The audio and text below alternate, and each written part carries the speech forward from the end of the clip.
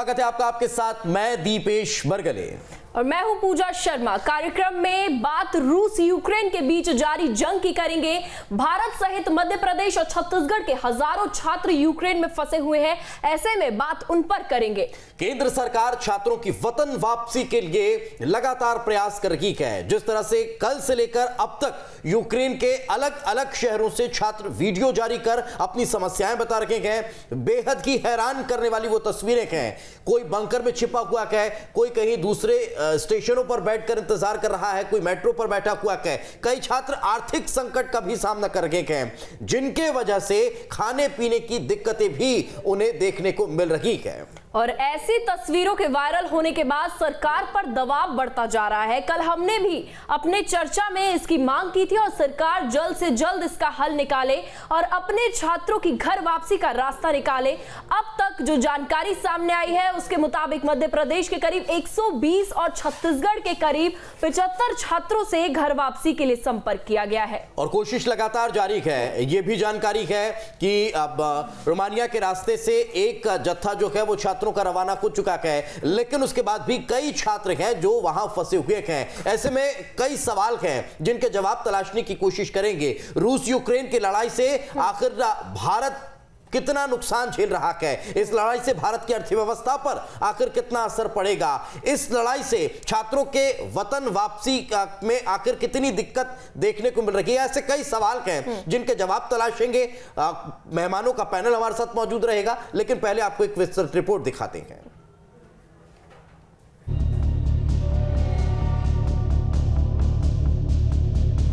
Hello, मैं Rishikesh Tripathi विनिच medical student हूँ 4th year का। और यहाँ पे अभी जस्ट 30 मिनट्स बिफोर अभी बहुत ही क्रिटिकल सिचुएशन हुआ है। तो यहाँ पे जितने भी विनिच में सारे बच्चे फंसे हुए हैं। हमारे सोनू कुमार यादव, ईशांक त्रिपाठी बिहार से हैं। नमस्कार, मैं Tanuja Patel, Poltava state medical university की छात्र, 6 year student, MBBS MD।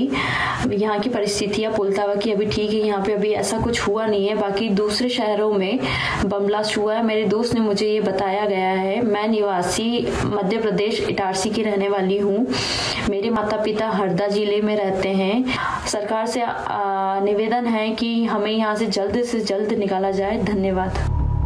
Ukraine और रूस के बीच जारी युद्ध ने मध्य प्रदेश और छत्तीसगढ़ की सैकड़ों परिवारों की जिंदगी में भूचाल ला दिया है। अपने बच्चों की जिंदगी खतरे में हो तो भला कौन माँ बाप चैन से सो सकता है। बीते 2-3 दिनों से लगातार यूक्रेन के हालात खराब होते जा रहे हैं। हालात बिगड़ते देख यूक्रेन ने अपनी सभी हवाई सेवा पर प्रतिबंध लगा दिया, जिसके बाद भारत सरकार चाहकर भी छात्रों को वापस नहीं ला पा रही है। छत्तीसगढ़ के मुख्यमंत्री भूपेश बघेल ने प्रदेश के फंसे हुए छात्रों पर चिंता जताई है और जल्द से जल्द उन्हें वापस लाने का भरोसा दिया है। देखिए, सबसे पहली बात तो ये है कि हमारे बच्चे वहाँ फंसे हुए हैं और उसके लिए हमने नोडल अधिकारी नियुक्त किया है। लेकिन भारत सरकार की ओर से जैसे ही प्लेन की व्यवस्था होती है या कूटनीति जिस प्रकार से चर्चा होती है या पड़ोसी देशों में जाने की कहीं व्यवस्था हो तो वहाँ से भी लाना पहले हमारे लिए प्राथमिकता है, हमारे बच्चों को। दूसरी बात यह है कि अर्थव्यवस्था पे निश्चित रूप से आपने देखा होगा किस प्रकार से जो शेयर मार्केट है वो धड़ाम से गिरा है। तो कहीं दो देशों के बीच में युद्ध होता है तो पूरी दुनिया में उसका प्रभाव पड़ता है। तो निश्चित रूप से यहाँ भी उसका प्रभाव देखने को मिलेगा।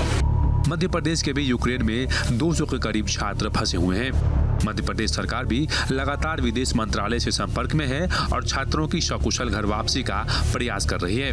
की भी निर्देश दिया और हम लोग भी लगातार कोशिश कर रहे हैं। जिन परिजनों के बच्चे वहाँ यूक्रेन में हैं, हमारे रायसेन जिले के भी हैं, हमने जिला कलेक्टर से भी बात की है कि उनके परिजनों से बात करें और जिनसे संभव हो सकता है उनसे मैं भी बात कर रहा हूँ। कल हमारे विदिशा की एक डिपार्टमेंट की सिस्टर थी, उनकी बच्ची का मैंने सोशल मीडिया पे मैंने पढ़ा था, तो उनसे मैंने बात की। फिर मैंने बच्ची का नंबर लिया, फिर बच्ची से मैंने यूक्रेन में कीव में उनसे मैंने बात की।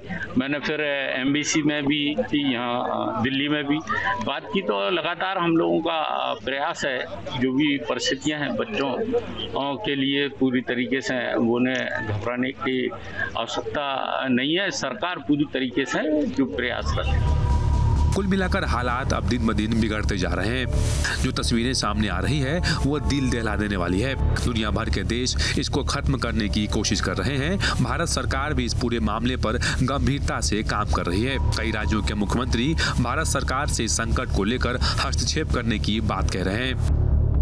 इस जंग की लपटें दुनिया के कई देशों को किसी न किसी रूप में अपने चपेट में ले रही है। आने वाले दिनों में अगर इसी तरह की तस्वीर रही तो भारत सहित कई देशों को आर्थिक संकट का सामना करना पड़ सकता है। Team news state. जब पल पल परिस्थितियां परिवर्तित हो रही हो, जब स्थिति ऐसी बनती दिखाई दे रही हो कि आखिर कैसे इस जंजाल से निकला जाएगा, कैसे वतन वापसी होगी, तब हमारे साथ कई छात्र भी जुड़ने वाले हैं और मेहमानों का एक बड़ा पैनल हमारे साथ मौजूद रहेगा। अगले 1 घंटे हम वो तमाम प्रयास करेंगे जिससे भारत के छात्रों की वापसी संभव हो सके, उन्हें जल्द से जल्द वापस लाया जा सके। परिजनों की जो चिंताएं हैं उसको भी दूर करने का प्रयास करेंगे। सुधाकर जी हमारे साथ जुड़ चुके हैं, रिटायर्ड मेजर जनरल हैं। सर बहुत बहुत स्वागत आपका। राम दांगोरी जी हमारे साथ हैं, बीजेपी के विधायक हैं। दांगोरी साहब आपका बहुत बहुत स्वागत है। शिवम हमारे साथ जुड़ चुके हैं, यूक्रेन में इस वक्त मौजूद हैं। शिवम पढ़ाई के लिए वहां पर गए हुए थे और परिस्थितियों ने उन्हें इस वक्त वहां पर कैद कर दिया है। कोशिश में वो भी लगे हुए हैं कि अपनी वतन वापसी हो पाए। शिवम भी हमारे साथ जुड़ चुके हैं। शिवम आपका बहुत बहुत स्वागत है। और आफरीन खान हमारे साथ जुड़ चुकी हैं, ये यूक्रेन से वापस लौटी हैं और उनसे भी हम चर्चा करेंगे कि अब उनकी स्थितियां कैसी है, कैसे वो संभव हो पाया कि वो वापस लौटी। सबसे पहले शिवम आपसे जानना चाह रहे हैं कहां पर इस वक्त आप मौजूद हैं, किस तरह की परिस्थितियां हैं, क्या इंडियन एम्बेसी से आपको कोई मदद मिल पा रही है, जो रजिस्ट्रेशन की बात हो पा रही है क्या वो हो चुका है आपका? जी नमस्कार। यूक्रेन में मैं टर्नोपिल शहर में हूँ अभी, और लगातार इंडियन एम्बेसी जो है वो हम लोग को भले ही फोन कॉल पे वो लोग हमको असिस्ट नहीं कर पा रहे हैं, लेकिन हर तरह से वो जिस तरह से हो सके हमारी हेल्प कर रहे हैं। सेकंड थिंग, जो रजिस्ट्रेशन की जैसे आपने बात की है, तो रजिस्ट्रेशन हमने कर दिया है हर जगह। जो भी हमारे पास गूगल फॉर्म्स पे आया है या किसी भी तरह के फॉर्म्स पे हमारे पास जो जितने भी फॉर्म्स आए हैं हम सब फिल कर रहे हैं लगातार, इसी उम्मीद में कि किसी तरह से हम लोग को यहाँ से निकाला जा सके। इवन यहाँ के जो हालात हैं वो इतने बद से बदतर होते जा रहे हैं दिन पर दिन। कल हम सुबह से लेके शाम तक हम लोगों ने कुछ नहीं खाया। जब शाम को खाने बैठे तो उसी टाइम हमारे शहर का सायरन बज गया। जैसे ही सायरन बजा हम लोगों ने सारी लाइट्स ऑफ करके घर के नीचे जाके बंकर में जाके हमने रात काटी है। हम लोगों ने आज सुबह आए हैं तो सुबह आने के बाद फिर खाने का मन नहीं कर रहा है, गले से कुछ नहीं उतर रहा है सर। प्लीज मैं इंडियन एम्बेसी से यही गुजारिश करूंगा जितना जल्दी हो सके हम इंडियन एम्बेसी जितनी हमारी हेल्प कर रही है हम उनके आभारी हैं, और जितना जल्दी हो सके प्लीज हम लोग बिल्कुल हम आप लोगों के हौसले की दाद देते हैं शिवम। और लगातार भारत सरकार कोशिश में जुटी हुई है, प्रदेश सरकारें लगी हुई हैं कि आपको कैसे भी करके जल्दी वापस लाया जाए। एक और चीज शिवम मैं आपसे जानना चाहूंगा, फिर हम आफरीन का रुख करेंगे। सवाल यह है कि कोशिशें चल रही थी कि रोमानिया के रास्ते, हंगरी के रास्ते, पोलैंड के रास्ते किसी भी तरह से आप लोगों को भारत लाया जाए। क्या अभी वहां पर इस तरह की कोई चर्चा है? अभी जहां पर आप हैं वहां से रोमानिया का या पोलैंड का या हंगरी का कुछ आपको जानकारी है कि वहां कहां कैंप लग रखे हैं, कहां तक आपको यहां से मूव करना होगा, इस तरह की कोई इंफॉर्मेशन? जी हमारे यहाँ से जो क्लोजेस्ट बॉर्डर पड़ता है वो पोलैंड का बॉर्डर पड़ता है, जो कि हमारे यहाँ से 200 किलोमीटर दूर। आज हमारी यूनिवर्सिटी से लिस्ट निकली है ईयर वाइज, जिससे कि पहले फर्स्ट ईयर के, फिर सेकंड ईयर के, फिर थर्ड ईयर के, ऐसे करके स्टूडेंट्स को वहां पे भेजा जाएगा। स्टूडेंट्स जो हैं अपने आप खुद टैक्सी करके भी बॉर्डर तक पहुंच रहे हैं, और बॉर्डर पे उनको इंडियन एम्बेसी के जो ऑफिशियल्स हैं वो असिस्ट कर रहे हैं, जिससे कि एक हम लोग को एक असिस्टेंस मिल रहा है। प्लस हम लोग को ये भी कहा गया है कि जिस गाड़ी से भी आप जाएं उसमें आप इंडियन फ्लैग लगा के जाएं, आगे इंडियन फ्लैग लगा के जाएं, जिससे कि आप रिकॉग्नाइज हो सके कि आप you are the Indian students. जी देखिए शिवम, हम चाहेंगे कि जल्द से जल्द आपकी भारत वापसी हो पाए। आफरीन का रुख करना चाहेंगे। आफरीन, देखिए आप यूक्रेन से भारत वापस लौट गए हैं, ऐसे में कितनी दिक्कतों का सामना आपको करना पड़ा है आफरीन, और क्या जैसे दोस्त अभी भी आपके वहां पर फंसे हुए हैं यूक्रेन में, उनसे कोई बातचीत, उनसे कोई संपर्क आपका हुआ है?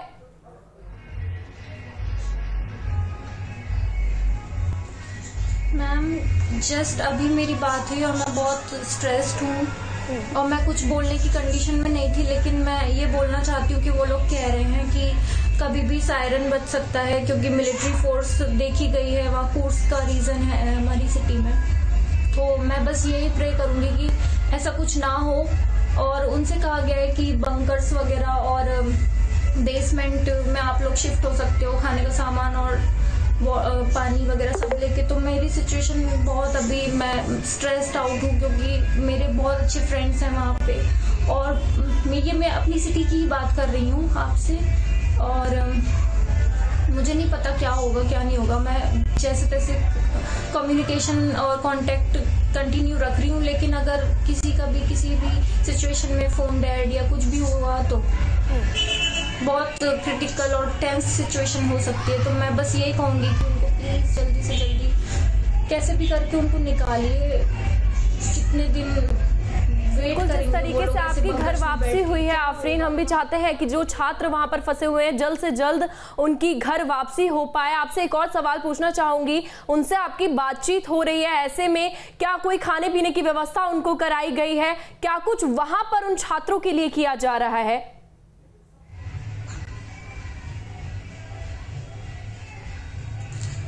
खाने पीने के लिए उनको बोल दिया था कि आप लोग खरीद के रख ले, तो उन लोगों ने जैसे तैसे स्टॉक रखा हुआ है, उसकी कोई टेंशन अभी फिलहाल, लेकिन कुछ नहीं कह सकते कि कितने दिन उनको वहां पे रहना पड़ेगा। तो खाना खत्म भी हो सकता है और फिर वो बंकर्स में से निकल के तो वहां कैसे जाएंगे, तो ये बहुत बड़ी प्रॉब्लम है उनके लिए। आफरीन, आप लौटी कब और किस तरह से आपकी वापसी संभव हो पाई?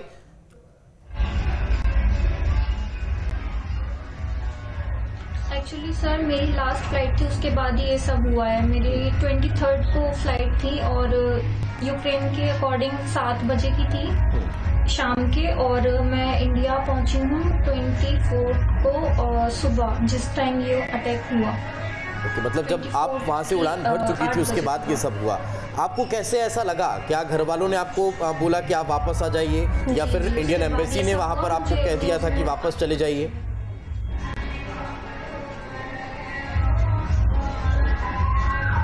इंडियन एम्बेसी ने हमसे बोला था, लेकिन ऐसे एडवाइस थी कि आप लोग जल्दी से जल्दी यूक्रेन खाली करें, और जिनका रहना बहुत जरूरी है वो रह सकते हैं, और जिनका रहना कोई जरूरी नहीं है वो चले जाएं। तो हमने सोचा कि हम 6th ईयर के स्टूडेंट्स हैं, हमारा क्रॉप भी है और फाइनल ईयर है, तो हम रिस्क क्यों लें। और उस टाइम ऐसी सिचुएशन भी नहीं थी कि अटैक हो सकता है या कुछ, ये सडन सिचुएशन बनी है ऐसी।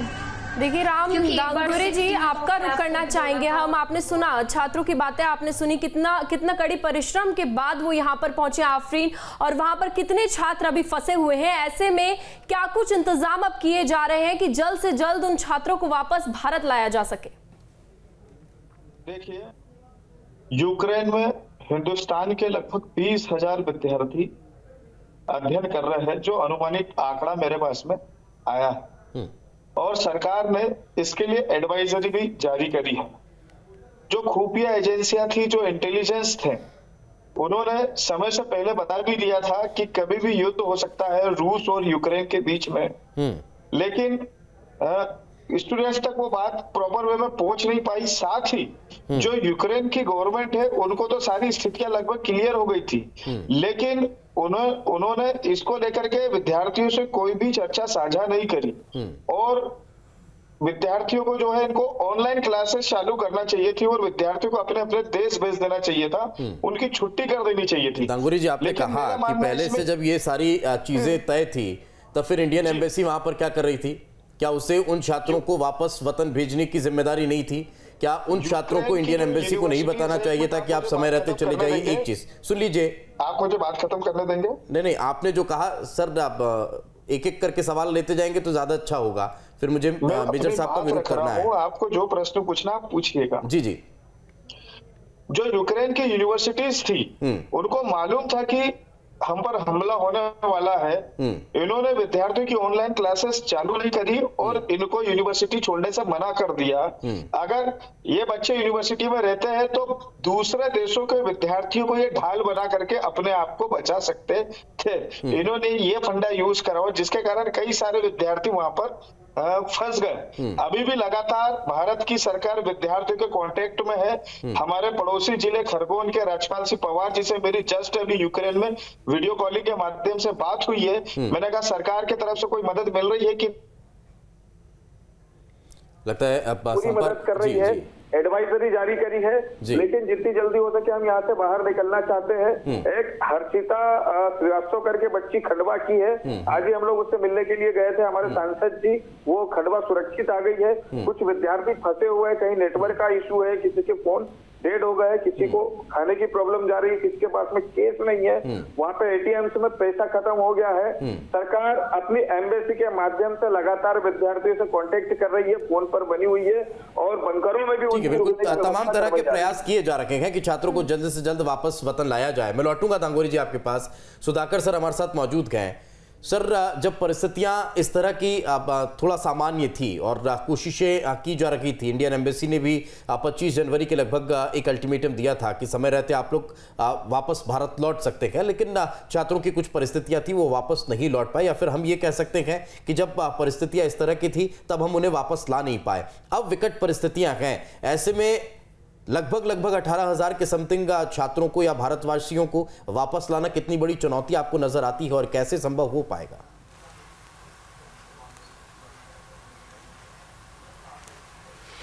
सबसे पहले दीपेश और पूजा, आपके चैनल में मुझे इनवाइट करने के लिए मैं धन्यवाद देना चाहता हूं।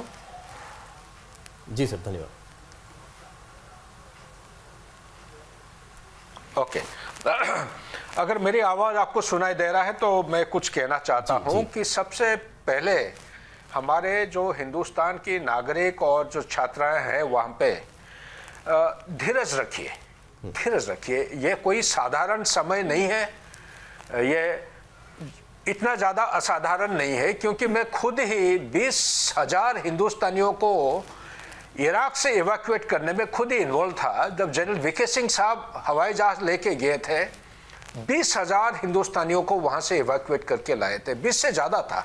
इसके अलावा बाकी आसपास के जो पड़ोस देश हैं, इनके भी नागरिकों को हम वहाँ से इवैक्यूएट करके लाए थे। तो सबसे पहला चीज़ है, आप हिम्मत रखिए। अगर हमारे मातृभूमि हिंदुस्तान को छोड़ के हजारों मीलों दूर पे आप जो गए हैं पढ़ाई करने के लिए, तो आपके अंदर कुछ काबिलियत है। इस किस्म की जंग सामना करना जो एक जरूरत होता है हिम्मत रखने का, धीरज रखने का, ये है, इसलिए आप लोग वहाँ पे गए हो। नंबर एक। नंबर दो, ये ऐसा एक समय है, ऐसा समय में आपको सबसे पहला चीज़ एक इंश्योर करना है, वो है कम्युनिकेशन। आपका मोबाइल चार्ज करके रखिए, आपका डाटा पैक होना चाहिए, पावर सोर्स होना निहायत आवश्यक है।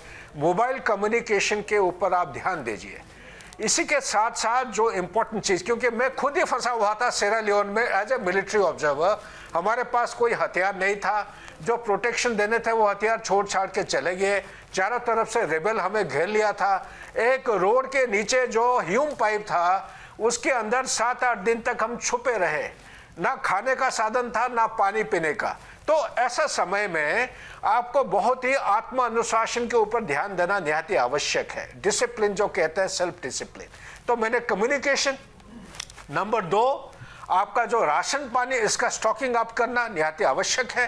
नंबर 3, आपको मैं कह रहा हूं कि आपके खुद की जो बचाव है, ये खुद के बचाव आज सुबह के टाइम में आपके चैनल के जरिए या कोई चैनल के जरिए मैंने हमारे जो नागरिक हैं वहाँ पे यूक्रेन में, इन सबको एक मैंने आह्वान दिया था कि कोई भी बंकर हो, यूक्रेन जैसा देश में वाइन प्रोडक्शन होता है, उनका सेलर होते हैं, हर एक मकान के नीचे एक बेसमेंट होता है। ये बेसमेंट आपको एक इनहेरेंट प्रोटेक्शन देता है, गोला बारूद, बॉम्ब, रॉकेट, आर्टिलरी शेलिंग से खुद के बचाव के लिए। चौथा चीज मैं ये कहूँगा, क्योंकि ऐसा समय में बहुत काबिल हमारा मिनिस्ट्री ऑफ एक्सटर्नल अफेयर्स के काफ़ी काबिल ऑफिशियल्स वहाँ पे हैं, तो उनके दिया हुआ जो सर्कुलर इशू कर रहे हैं उसके जरिए से जो गाइडलाइन दे रहे हैं उसको आप मानते हुए हरकत करेंगे, क्योंकि वहां से अगर आप पोलैंड, हंगरी, रोमानिया इंडिपेंडेंटली, जैसे मैं सुन रहा था जी। कोई एक छात्र जो है बता रहे थे कि झंडा लगा के चलना है। मेरा सलाह यही होगा कि एक कोऑर्डिनेटेड मूव होना चाहिए हमारे एम्बेसी से, जो सर्कुलर इशू कर रहे हैं उसको मद्देनजर रख के छोटे छोटे टोली में, ग्रुप में मूव करना चाहिए। ये यूक्रेन की पार्टी, उनका जो फौज होगा उनको बताना निहायत आवश्यक है। और रशियंस को हमारे प्रधानमंत्री जी पुतिन साहब से बात किए हैं, मुझे उम्मीद है कुछ ना कुछ पक्का कोऑर्डिनेशन किए होंगे ऊपर लेवल पे। तो यही 3-4 चीजें मैं बताना चाहता हूं कि घबराइए मत, आप ज्यादा पैनिक स्प्रेड मत करिए, हिम्मत रखिए। ऐसा समय में आपको भी एक सैनिक के बराबर जो गुण होते हैं, इन गुण को बरकरार रखते हुए धीरज के साथ जहां पे हैं उधर रहिए।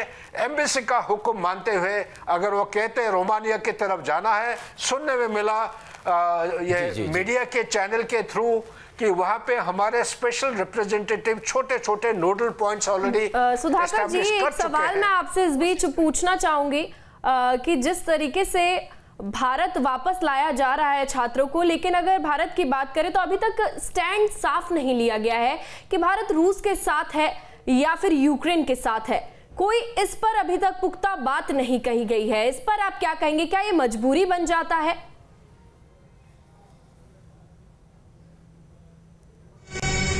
देखिए पूजा, बहुत अच्छा सवाल आप पूछ रहे हैं। ये टाइम डिफरेंशियल है आपका जो सवाल पूछ रहे हैं और यहाँ तक पहुँचने में। अगर मेरी आवाज़ आपको सुनाई दे रहा है, ये एक जियोपॉलिटिकल क्वेश्चन है। अभी समय ऐसा है, हम जियोपॉलिटिक्स में इन्वॉल्व ना होके सबसे प्रायोरिटी देश के सामने है। जी सर, मैं इस सवाल का जवाब आपसे लूंगा। मैं चूंकि इंटरप्ट करना चाह रहा हूं माफी के साथ। हमारे साथ यूक्रेन से शिवम जुड़े हुए हैं और वो बहुत देर तक हमारे साथ रह नहीं पाएंगे। मैं वापस आऊंगा, इस सवाल का जवाब आपसे लूंगा। शिवम, परिस्थितियां किस तरह की हैं और उनमें किस तरह से आपको काम करना है? सुधाकर जी ने आपको बहुत अच्छे से समझाया, उस बात को भी आपने सुना होगा। लेकिन इससे इतर मेरा एक और सवाल ये भी है कि परिस्थितियां अभी वहां जो हैं उस लिहाज से अब आपके मूव करने के लिए क्या कोई डेट अभी फाइनल हो पाई है? कुछ बताया क्या कब तक आपको वहां से रवाना होना है? जी, अभी एम्बेसी की तरफ से हमको इतना ही कहा गया है कि जब तक फर्दर नोटिस या फर्दर इंफॉर्मेशन हम लोग नहीं देते हैं, आप लोग जहां हैं वहीं रहिए। अगर सिटी में सायरन बजता है तो इट मींस कि देयर इज अ अटैक, वहां पे एक अटैक हुआ है। और उस केस में जैसे ही आप सायरन बजता है, आप एकदम सब काम छोड़ के अपने घर के नीचे बेसमेंट में चले जाइए।